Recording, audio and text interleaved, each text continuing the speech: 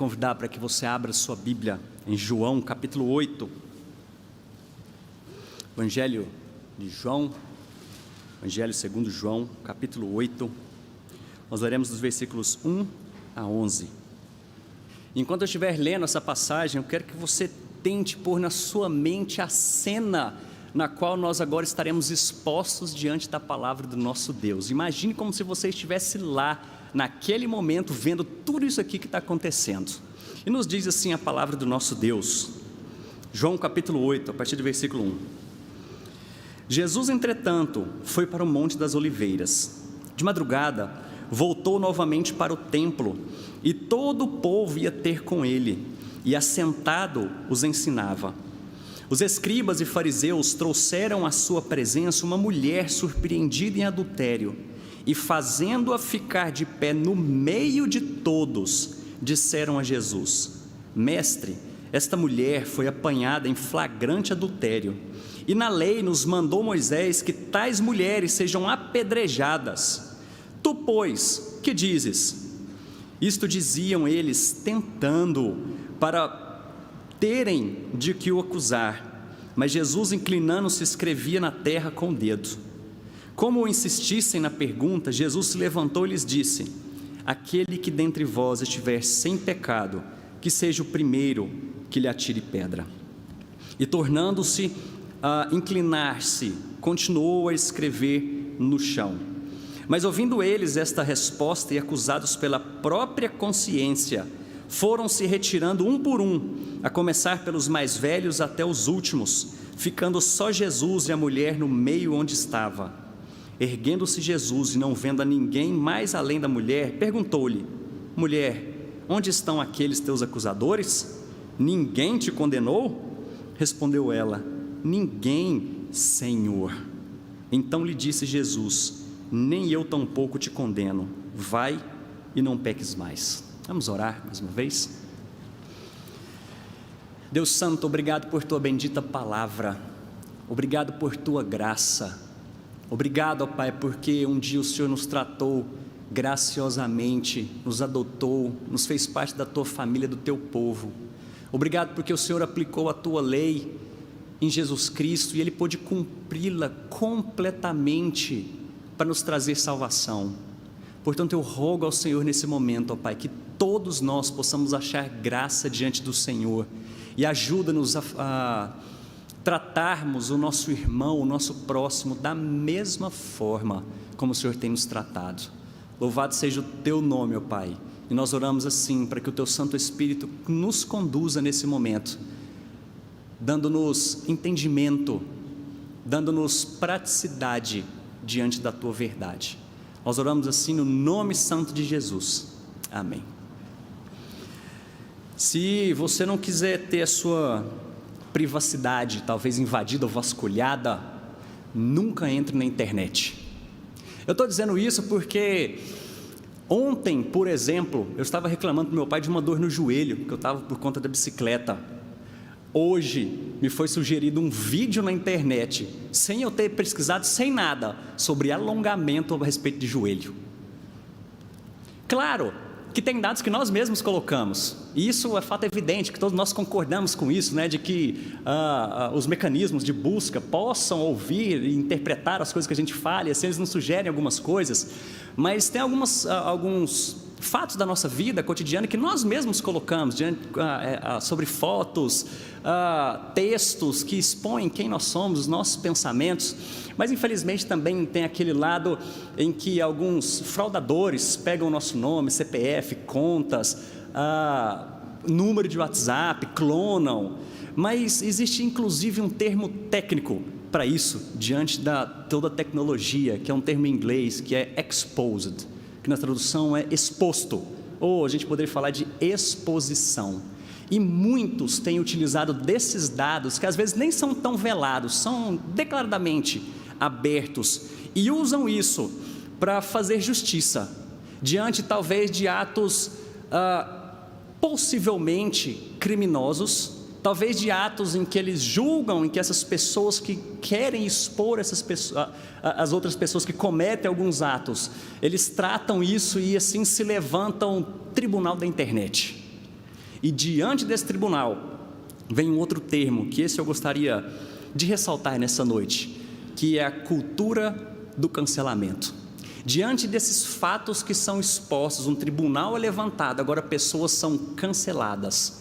E não são só pessoas, mas às vezes são marcas, são empresas, pessoas famosas, talvez pessoas comuns que declaram as suas ideias. Ou, por exemplo, a gente teve essa semana um exemplo muito claro de uma mulher que publicou um livro ali falando a respeito de punição física para os filhos, e ela foi cancelada, porque não se tolera mais isso na nossa sociedade. Ela foi excluída de ser apoiada. Pelo contrário, quem pratica e está inserido nessa cultura do cancelamento, ela na verdade quer, talvez de certa forma eu pudesse usar esse termo aqui, assassinar ou linchar virtualmente alguém que pratica tal ato. Eu não estou dizendo aqui que não existam pessoas que talvez mereçam algum tipo de punição, mas a questão é que nós saímos da justiça comum e partimos para aquela justiça nossa, de acordo com aquilo que nós cremos e pensamos. E é interessante porque nós vivemos num tempo que se fala a respeito de tolerância.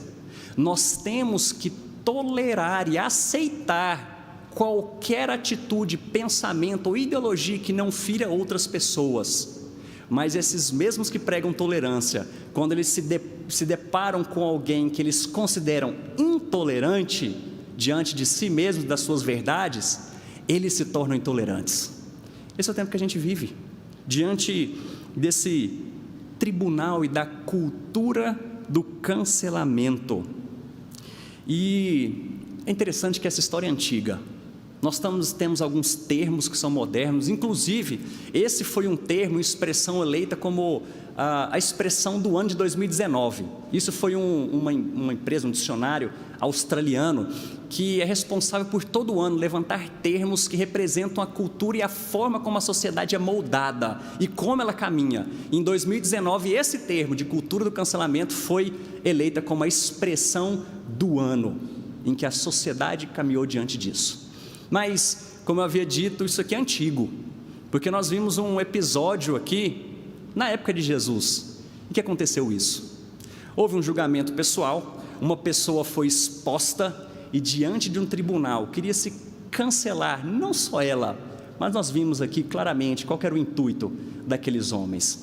E assim, nós podemos ver e aprender que isso às vezes não só faz parte de pessoas lá fora, mas porque nós estamos inseridos nesse contexto, nessa cultura, muitas vezes até de forma despretensiosa, ou talvez não muito clara na nossa mente, nós praticamos isso, inclusive dentro da igreja, nesse cancelamento de pessoas. Mas a partir desse texto que João nos expõe aqui, nós podemos ver como Deus lida com pecadores culpados e com base na graça do Senhor Jesus. Deus lida com pecadores culpados com base na graça do Senhor Jesus. Em primeiro lugar, o que nós podemos ver aqui diante de tudo isso que nós colocamos é que todos nós, assim como aquela mulher, também fomos pegos em flagrante e acusados pela lei do Senhor. Todos nós fomos pegos em flagrante em nossos pecados e acusados pela lei do Senhor. Não se sabe exatamente qual a circunstância que aquela mulher foi flagrada em adultério. Não se sabe se aconteceu aquilo ali e aqueles homens ficaram sabendo e aquilo caiu como uma luva para eles, porque nós podemos ver nos textos anteriores, capítulos anteriores, que Jesus já estava sendo acusado de algumas outras coisas para que fosse preso pelas mesmas pessoas. Então não se sabe se aquele episódio aconteceu e falou, opa, peraí, vamos usar isso aqui, ou se aquilo foi de certa forma armado, porque nós não vemos aqui o homem também sendo trazido diante de Jesus. Não se sabe se ele fazia parte desse povo aqui, aquilo foi tramado, ou se deu tempo, quando os escribas e fariseus chegaram, se deu tempo dele pular uma janela e sair correndo, não se sabe exatamente. Mas o ponto é, que nós temos aqui uma mulher sendo acusada diante de Jesus, e de forma muito clara que o texto traz para nós aqui, o intuito e o objetivo era tentar o Senhor, era fazer com que ele falasse algo que produzisse provas para que ele fosse preso. E qual que era o problema aqui diante dessa exposição daquela mulher em frente a Jesus? Se ele fala e concorda com aqueles homens, fala, realmente, diante da lei de Moisés, ela é culpada e ela precisa ser apedrejada. Dois problemas aqui. Primeiro, que quando a gente olha um pouquinho para trás em João 3,17, Jesus vem falar, eu não vim para julgar, eu vim para salvar. Ele já estava caindo por terra aí a missão dele. Segundo, que um judeu não poderia praticar esse tipo de acusação e fazer com que a pessoa seja apedrejada, porque eles estavam diante da lei romana, e só um romano poderia fazer isso aqui. Jesus, de qualquer forma, se tivesse concordado com isso aqui, já era. Mas se ele também fala, para com isso, gente, deixe essa mulher embora, ele seria acusado agora de estar conivente com o pecado. Olha, Jesus aqui está de brincadeira, né? Uma mulher adúltera foi pega em pecado aqui diante da lei, agora Jesus está abrindo mão disso daqui. Mas então, nós podemos ver diante desse episódio que todos nós fomos também apanhados no ato do pecado. Eu creio que todos aqui, sem exceção, já passaram por alguma experiência humilhante de estarem fazendo ou praticando alguma coisa que sabia que era errado. Talvez uma discussão mais acalorada dentro da sua casa e uma janela aberta e um vizinho seu viu. Ou talvez, isso não é muito incomum, você foi mandar uma mensagem para alguém ou para algum grupo e ali continha algo que não deveria um cristão escrever, e você manda para um grupo sem querer, e quando você já vai apagar não deu tempo. Conheço pessoas que uma pessoa que certa vez mandou e foi replicar uma imagem pornográfica e mandou no grupo da família. Mas o fato é de que mesmo que a gente consiga esconder os nossos pecados de qualquer outra pessoa, sejam próximos ou não, talvez da internet, mas quando nós vamos para textos como Hebreus capítulo 4 versículo 13, a coisa começa a ficar séria. Porque o texto ali fala, o autor aos Hebreus, capítulo 4, versículo 13, fala que nada está encoberto diante do nosso Deus. Os olhos dele estão sobre nós. Por isso que eu volto a repetir que todos nós fomos pegos em flagrante diante do nosso pecado. Nada está oculto diante do Senhor. Mas veja que não é só aquela mulher que esse texto aqui fala a respeito do seu pecado e foi pego em flagrante, mas aqueles homens também estavam praticando o pecado. E por quê? A gente vê aqui que eles praticam o pecado, em primeiro lugar, diante daquela mulher, porque quando nós vamos para Deuteronômio 22, a lei de Moisés é muito clara falando a respeito disso, de alguém que era pego em adultério. Se fosse alguém casado, eles deveriam sim sofrer a pena, mas não se fala em apedrejamento, eles seriam condenados à morte diante do adultério, mas não se fala de apedrejamento. Porém, o texto continua dizendo que se uma mulher fosse noiva e fosse pego em adultério, ela sim sofreria o apedrejamento, morte por apedrejamento. E se a gente coloca aqui dentro de uma cultura judaica, naquele tempo, talvez uma moça que estivesse noiva, e supondo aqui, talvez tivesse ali seus 13, 14 anos de idade. Agora imagina uma adolescente diante de um templo. A gente não sabe, porque o texto começa dizendo que Jesus de madrugada foi ao templo e todo o povo ia ter com ele, e assentados ensinava. Nós não sabemos se todo esse povo estava diante de Jesus daquela cena, ou se simplesmente chegaram aqueles homens, mas independente desse fato, o que nós vemos aqui que é uma situação extremamente embaraçosa e humilhante. Aqueles homens não estavam preocupados simplesmente com a decência e moral da lei, do povo de Deus daquela cidade. Eles humilharam, eles montaram um tribunal deles no qual nem eles poderiam estar fazendo. Mas não pecam só contra aquela mulher, mas o intuito deles, isso mostra o coração daqueles homens, porque eles pecaram contra o Senhor Jesus Cristo. E aconteceu que a lei deu munição para eles usarem contra aquela mulher e contra Jesus. Eles estavam usando agora as Escrituras, usando a lei do Senhor para julgar os outros. Mas o interessante aqui é que eles não julgavam a si mesmos. E isso infelizmente, acontece no meio do povo de Deus. Gente que talvez se ache acima da lei e às vezes usa as escrituras para justificar não só os seus pecados, mas para pecar contra os seus irmãos e bem provavelmente contra o nosso Deus. E assim, a gente vai para alguns outros textos que mostram a respeito disso. Por exemplo, Romanos. Paulo vai falar muito a respeito dessas coisas, em que a santa lei de Deus nos condena a todos por causa do nosso pecado.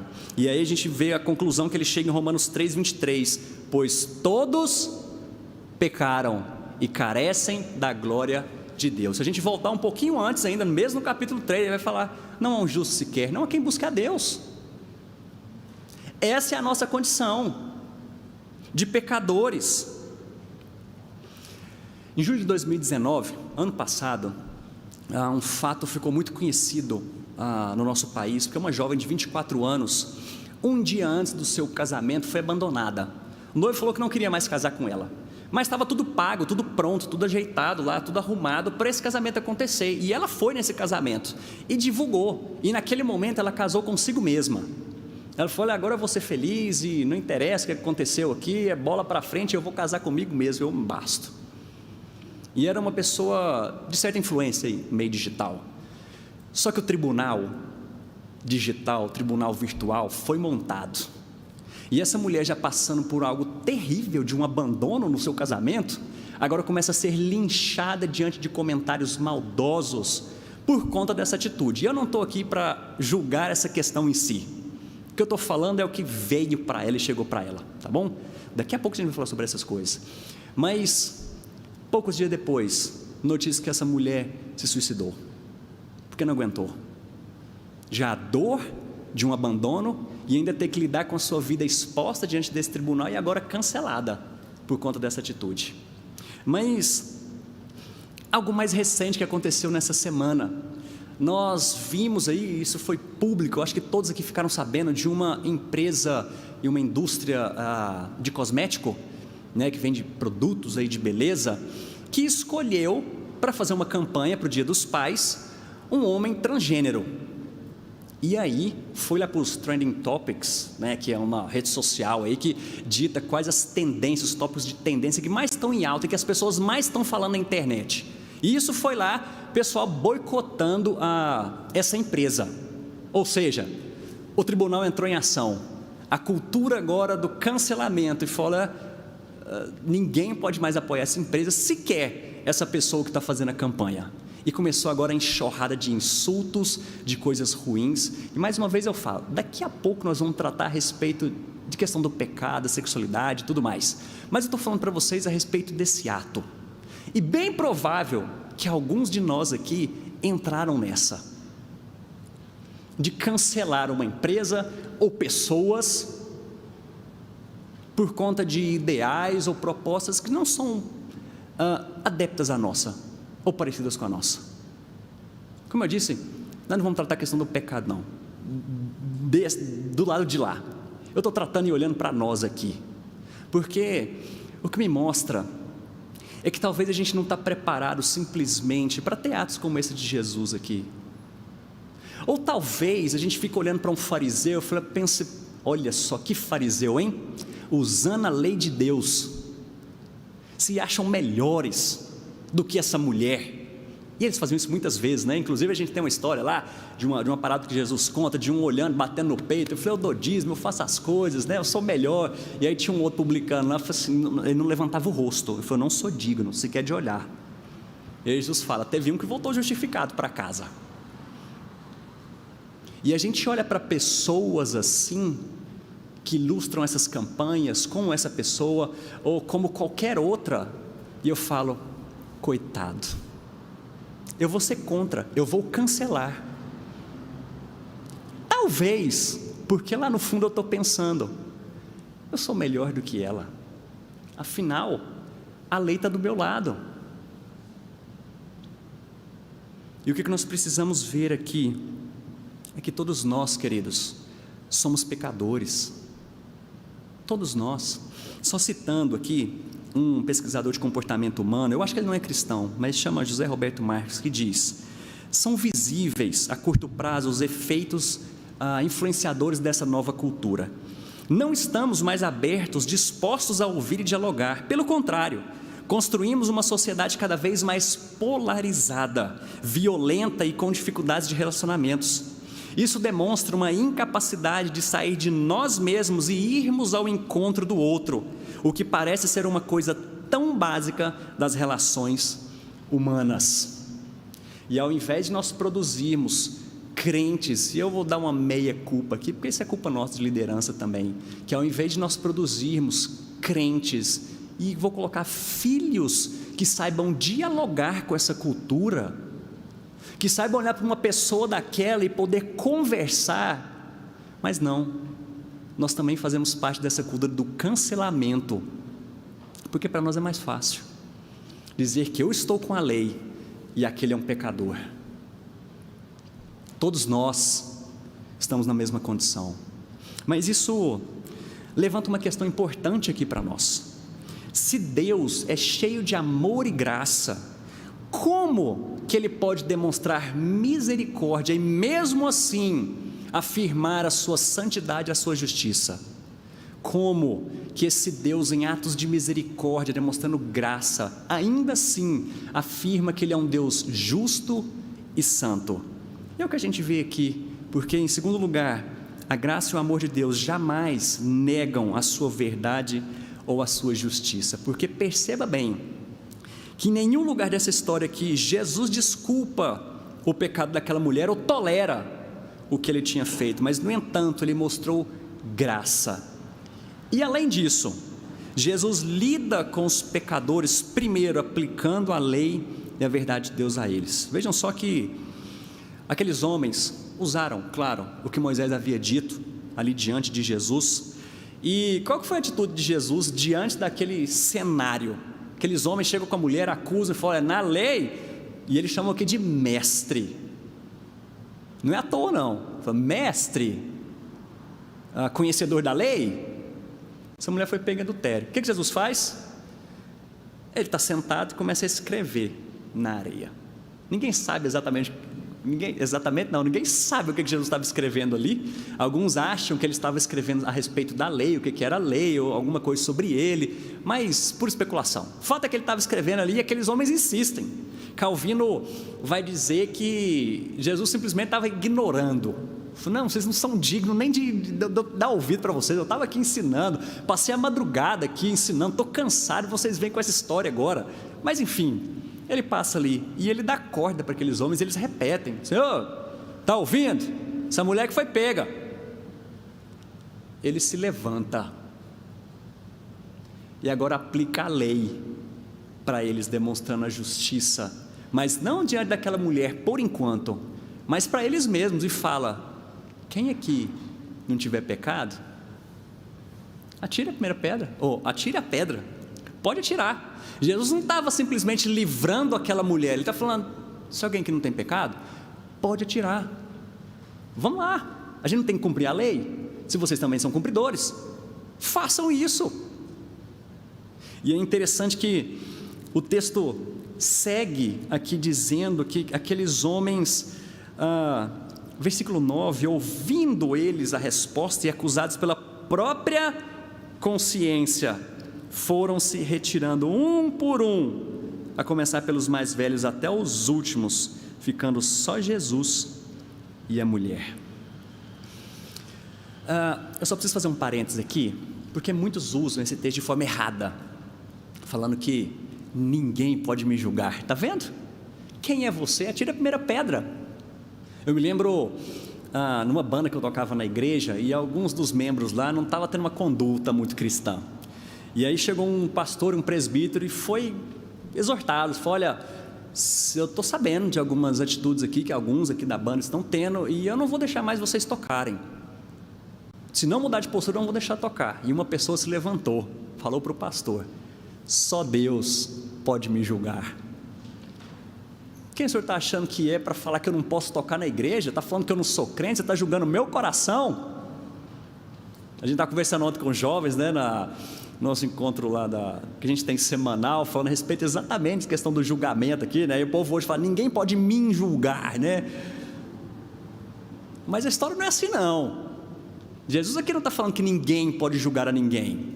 E quando a gente vai para alguns outros textos, por exemplo, Mateus capítulo 7, João 7, 24, 1 Coríntios 5, 12, vou pegar aqui talvez o mais conhecido aqui, que Mateus 7, né, que fala, cuidado, porque você está julgando, a trave do teu olho está muito maior do que o argueiro do outro. Hipócritas, cuidado. E aí Paulo vai usar a questão, né, fala, cuidado com o julgamento, porque você que está julgando alguma coisa, pratica as mesmas coisas. E o que é condenável é a hipocrisia diante disso. Mas não é simplesmente julgamento. Quando a gente vai para esse trecho de 1 Coríntios, Paulo espera que a igreja julgue-os de dentro. Inclusive nós temos dentro do nosso código de disciplina da igreja, entendendo que isso é bíblico, que os líderes julgam e disciplinam aqueles membros que não estão de acordo com essa doutrina. E aí, quando a gente olha, né, para João 7, 24, Deus vai dizer, eu espero que vocês julguem pela reta justiça. Tem a ver com a palavra de Deus. Agora, deixa de hipocrisia. É esse tipo de julgamento que nós estamos falando aqui. Não é agora essa história, não use isso jamais para falar, ninguém pode, atire a primeira pedra. Não é isso aqui não. Vai usar texto fora de contexto aqui, certo? Mas o que ele está dizendo para nós é isso. Que ele usa a lei, primeiro para aqueles homens. Mas é interessante que quando eles são confrontados diante da lei do Senhor, ao invés deles se prostrarem diante do Mestre de Jesus, entendendo, falou, Senhor, o Senhor tem razão. Mas aqui fala que acusados pela consciência, aquela palavra de Jesus atingiu em cheio o coração e a alma daqueles homens. Mas ao invés de se prostrarem, eles preferem se retirar envergonhados. Que esse não seja o modelo e o exemplo para nós, que diante da acusação que a lei faz nos nossos pecados, que a gente não simplesmente se sinta não só culpado, mas um peso na consciência e dê as costas para o Senhor, mas que Deus tenha misericórdia de nós para nos prostrarmos diante dEle, confessando as nossas falhas, os nossos erros, os nossos pecados. Mas talvez vocês estejam se perguntando, mas e essa mulher? Ele não aplicou a lei? Sim, ele aplicou a lei. Primeiro para aqueles homens que se consideravam justos diante de si mesmos, aqueles que se consideravam santos diante da lei. É assim? Ok, julgamento é de vocês agora, manda ver, tem pecado não? Ok, Jesus atingiu o coração deles. Mas como ele aplica a lei para aquela mulher? E aí a gente vê a sequência da história. Versículo 10 fala, erguendo-se Jesus e não vendo ninguém mais além da mulher, perguntou, mulher, onde estão aqueles teus acusadores? Ninguém te condenou? Agora entra a parte magnífica desse texto aqui, vai comigo por favor em Romanos capítulo 8, presta atenção nessas palavras, mulher, onde estão os teus acusadores? Ninguém te condenou? Romanos 8, capítulo 1, Romanos capítulo 8, versículo 1, agora pois, já nenhuma condenação há para os que estão em Cristo Jesus, versículo 2, porque a lei do Espírito da vida em Cristo Jesus te livrou da lei do pecado e da morte. Vai lá para o versículo 33 e 34 agora. Quem tentará acusação contra os eleitos de Deus? É Deus quem os justifica. Quem os condenará? É Cristo Jesus quem morreu, ou antes, quem ressuscitou, o qual está à direita de Deus e também intercede por nós. Agora veja de novo a pergunta de Jesus, onde estão os teus acusadores? Ninguém te condenou? Como que Jesus aplicou a lei nela aqui? É a resposta que ela dá, versículo 11, respondeu ela, ninguém, Senhor. Ela não está falando ninguém, mestre, ninguém, Senhor. Agora ela estava diante e sim prostrada diante daquele que é capaz de justificar, aquele que aplicou toda a lei sobre si mesmo, porque era capaz de fazer isso, o único que era capaz de ter pego uma pedra e atirado naquela mulher. E como que ele faz isso aplicando essa lei? Demonstrando graça, derramando misericórdia sobre aquela mulher diante dos seus pecados. Esse é o nosso Senhor Jesus Cristo, esse é o nosso Salvador. Mas entenda que isso aqui, usando uma expressão do Bonhoeffer, né? Isso aqui não é uma graça barata, ela tem custo. Essa justiça de Deus deve ser confirmada, essa justiça tem a ver com o sacrifício perfeito que Ele cumpriu naquela cruz. E eu quero te dizer que se você está aqui hoje pesado por causa dos seus pecados, ou está acompanhando a gente, vai assistir isso aqui, está pesado por conta dos seus pecados, se prostre diante daquele que é capaz de justificar a cada um de seus eleitos, por causa do seu sangue perfeito. Esse é o nosso Senhor. E assim nós aprendemos, em último lugar, que a graça de Deus, ela é base para uma vida santa. E aí Jesus vai dizer, no final do versículo 11: então lhe disse Jesus: nem eu tampouco te condeno. Eu podia colocar em outras palavras aqui: eu te justifico. Mas ele segue dizendo: vai e não peques mais. Nós vemos aqui uma ordem dessas palavras, elas não são aleatórias. Ele está dizendo: nem eu tampouco te condeno. Eu sou o seu justificador, eu sou o seu Senhor. E por conta disso, por conta da graça que foi derramada sobre você, dando salvação, dando santidade, dando todas as bênçãos espirituais sobre a sua vida, vá, e em resposta a isso, não peques mais. Essas palavras não estão trocadas aqui, isso não é à toa. Ele não está dizendo: olha, vai, não peca mais não, tá? E se eu não descobrir mais nada, eu não vou te condenar. Se você for boazinha, eu não te condeno. Mas ele disse: eu estou derramando graça infinita sobre a sua vida. Eu não te condeno, e por conta disso, vá e não peques mais. Essa é a graça que o nosso Senhor derrama sobre nós. Mas num outro olhar aqui, a gente já partindo para a nossa conclusão, essa história que nós lemos e conversamos sobre ela aqui, meditamos nela nessa noite, é o resumo de todo o Evangelho, é o resumo das boas novas. Por que esse texto está mostrando aqui para nós? Que todos nós somos pecadores, não há um justo sequer diante de Deus. E em resposta a isso, o que nós merecíamos? Era exatamente, a lei nos pune, ela nos condena por causa dos nossos pecados. Mas então vem a boa notícia, que aquele Senhor, Filho de Deus, Salvador, morreu na cruz para pagar exatamente pelos pecados dos seus. Ele que era perfeito, homem santo e justo, foi capaz de fazer isso. Agora ele derrama graça sobre nós, e agora ele vai dizer: por conta disso, não pequem mais. Vocês agora têm um Espírito que habita em vocês, que os capacita a lutar contra cada pecado da sua vida. Vá e não peques mais. Que voz que você tem ouvido? E a gente encontra duas vozes aqui. Uma de alguns acusadores, e é bem isso que Satanás faz conosco, levanta na nossa face os nossos pecados. Aquele que acusa com o intuito de destruir, talvez a nossa reputação, mas em último lugar, ou talvez o principal, o nome de Cristo. Mas nós temos um outro lado, aquele que oferece graça. E diante não só dos nossos pecados, mas quando a gente olha para as outras pessoas, que voz que você tem ouvido?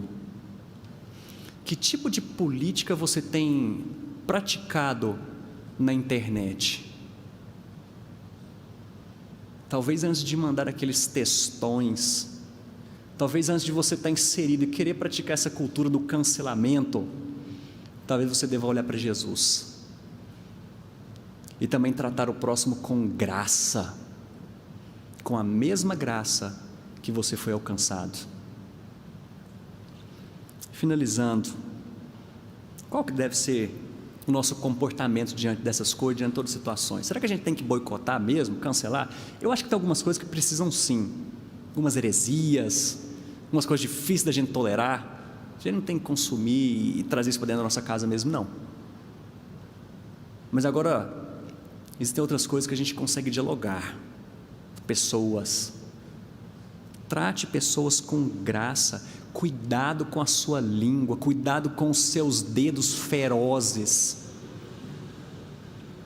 haja com misericórdia e vá, e não peques mais. Vamos orar.